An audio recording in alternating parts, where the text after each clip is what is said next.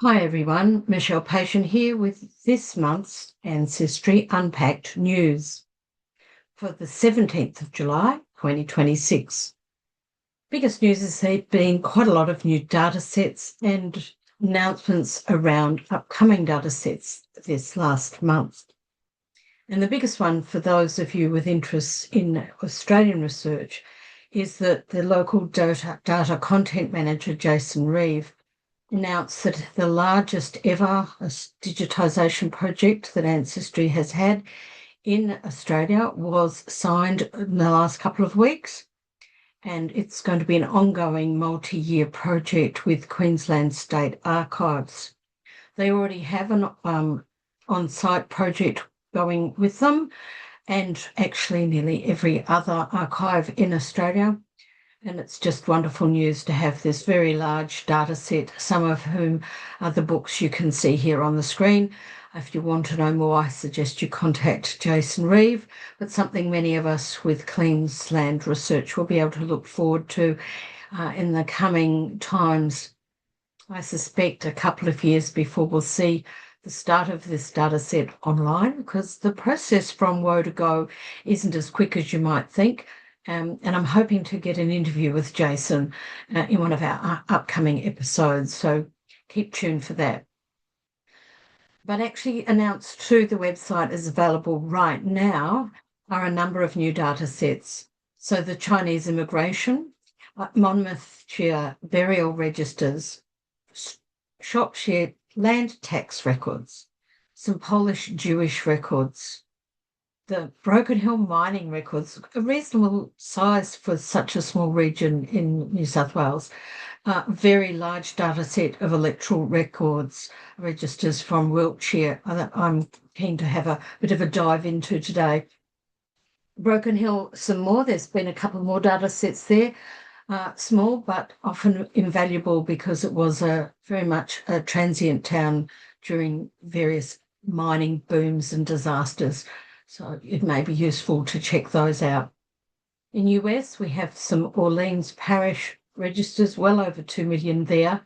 And again, those Jewish records, some more of those from different locations. Victoria Directories, French Census, huge, nearly 7 million. And then in Atlanta, we have the Confederate, very, again, small, but a few people happen to be fighting in that, all those military records are invaluable. And I'm sure it's because of Bastille Day, which was this week, that there's a few more French data sets, some in French, of course, but there are translation tools that are useful. Again, between them, over 5 million there for those two regions. The largest data set, though, released in the last month, which Fiona discussed and shared with us 2 weeks ago. So if you want to go back and check our July webinar, she viewed this tithe maps series and apportionment maps in detail. So you might like to go back and check that if you've missed our webinar. And for New Zealand researchers, a very significant size data set, just over 2 million, the New Zealand Gazettes. And last but by no means least, descendants of people who'd signed the Declaration of Independence. There's 16 and a bit thousand people who signed up as descendants. So there may be some heritage information available for those seeking those connections back to the originals. And as always, and as we've had in a couple of episodes now, a reminder to check the updated data sets. And I particularly wanted to point out here the Welsh electoral registers that have been updated. They're a huge size data set in their own right.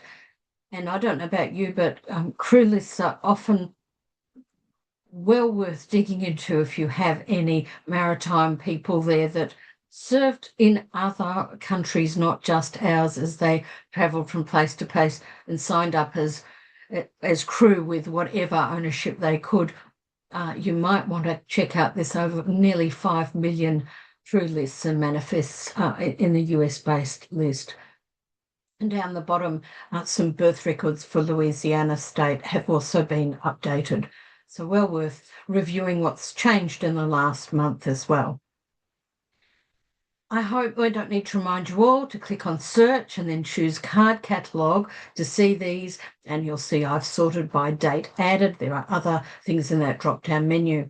But if you're not sure what a record set means, because sometimes these titles don't sound like they mean something to us, always remember to hover your mouse over them and see the tooltip essentially of what's inside this database.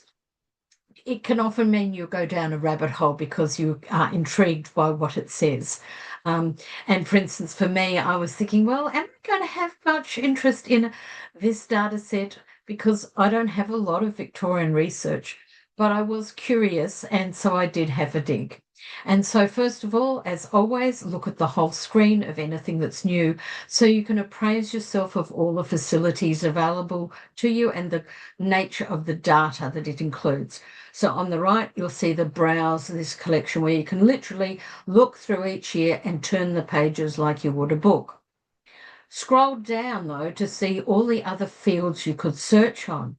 You could just put occupation in. Or if you happen to have an employer in that state, you could just type in the employer's name or even the employment place in terms of the time they were there. So well worth checking down all these different fields to see what might be relevant for you fleshing out the story of the business your family were involved with or your relationship with their employment. But keep scrolling down so you understand the sort of information you're going to see, and scroll down further to see the context of the time and how that it was impacting the community.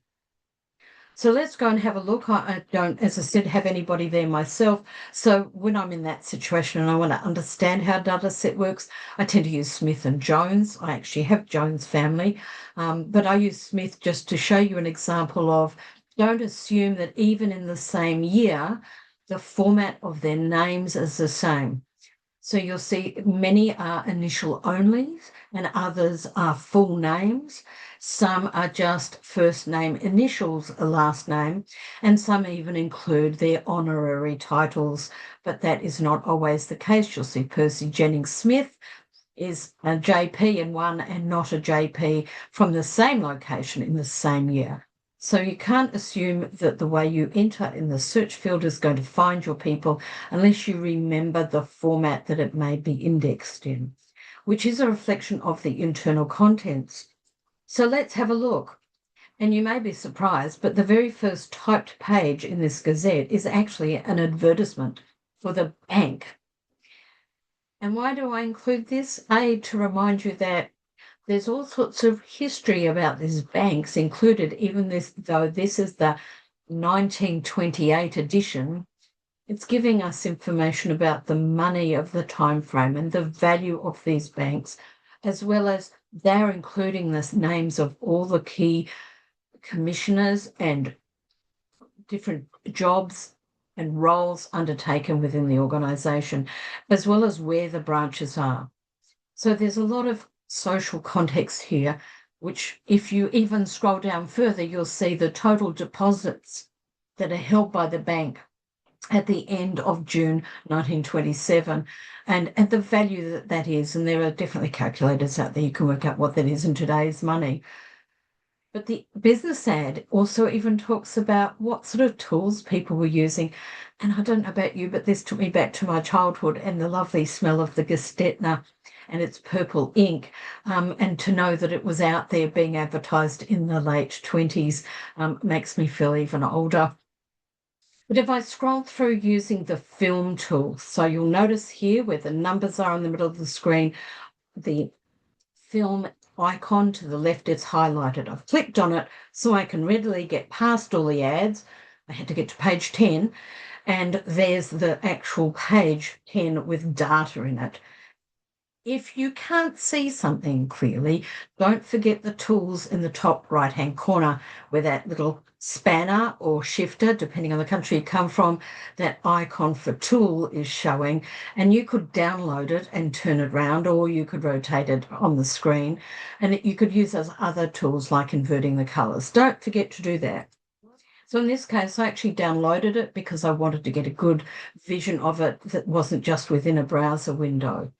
And it's fascinating to show that it's got the statistical information about this state and its local bodies and its rates and its voter rolls and the values of its properties and how many people live there. And it's documented for every year, going right back to 1907, if you look at those first few columns. Again, interesting if you're writing a story about your ancestor and the times and you want some facts and figures, these gazettes have that kind of information to help you give a more accurate picture of their lives. But looking at some names, I did a Jones search and I was interested in Kathleen because my mother was born Kathleen Ida Marguerite Jones. So yes, there's always personal things, isn't there, when we do research. And this was interesting to me because here was one woman in amongst quite a large group of men's names on a board of some sort representing registered schools. Some of these schools were private, not government funded schools. There's even a school from Paris. Who would have thought? So we're talking about a small colony that's now part of the Australian community as a federated nation that's not been around that long. They've only just actually set up the capital in Canberra. But remember to look at the page before, because it now has the heading for all these people in this group. They're part of the Council of Public Instruction, flash word for education to the public, but an interesting group of people, and there's yet another female on the list. So there were women active, as we would hope to expect. But as I said, that large English data set attracted me for Wiltshire. And my family are mostly Essex-based and a handful in London. But the patient family has a long history in Essex, right back to the 1500s that we've documented so far. So I just took a risk, and after reminding you to do all the other things like scroll down and read the whole screen, and don't forget there's the browse on the right. You can even drill into specific areas to have a look through page by page. I just put patient in, and much to my surprise, my father's Uncle Bob was in the list. And I don't mean Robert, I actually mean Clifford. He was only ever known as Bob. And in the tree, his full name, Clifford Verdon Bob Patient. He had been married to Rose. They only had the one child. I have a couple of bits of history about him, but at some point their marriage broke down and I was never quite sure when. And the amazing thing is, of course, here we have in the 1840s, and Clifford's actually living in a hut. Rose isn't with him, neither is their daughter, Annie, and it's Hut 25, Site 1, Blake Hill. And I'm noticing quite a few huts in this list, and I'm thinking this is very strange.